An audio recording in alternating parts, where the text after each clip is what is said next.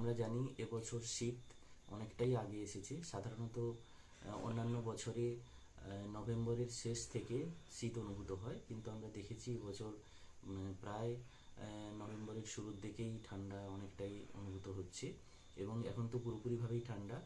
তো আবহাওয়ার যে সম্প্রতি যে বিবরণ অনুযায়ী আগামী কয়েকদিন কিন্তু তাপমাত্রা সামান্য হলেও কিছুটা কমবে। কেন কি আমরা জানি যে শ্রীলঙ্কায় একটি ঘূর্ণিঝড় চলছে, যার প্রভাব দক্ষিণ ভারত সহ আমাদের পূর্ব ভারতের দক্ষিণ পূর্ব ভারতের কিছু অংশে কিন্তু পড়েছে, তার ফলে সামান্য কিছুটা তাপমাত্রা কম অনুভূত হচ্ছে।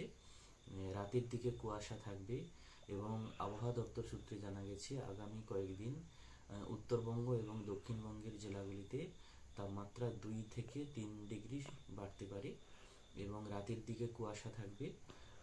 ভোরের দিকে তাপমাত্রা অবনতি হবে, এবং দিনমানের তাপমাত্রা একই রকম থাকবে। এটা চলবে কিন্তু শুক্রবার থেকে সোমবার অবধি।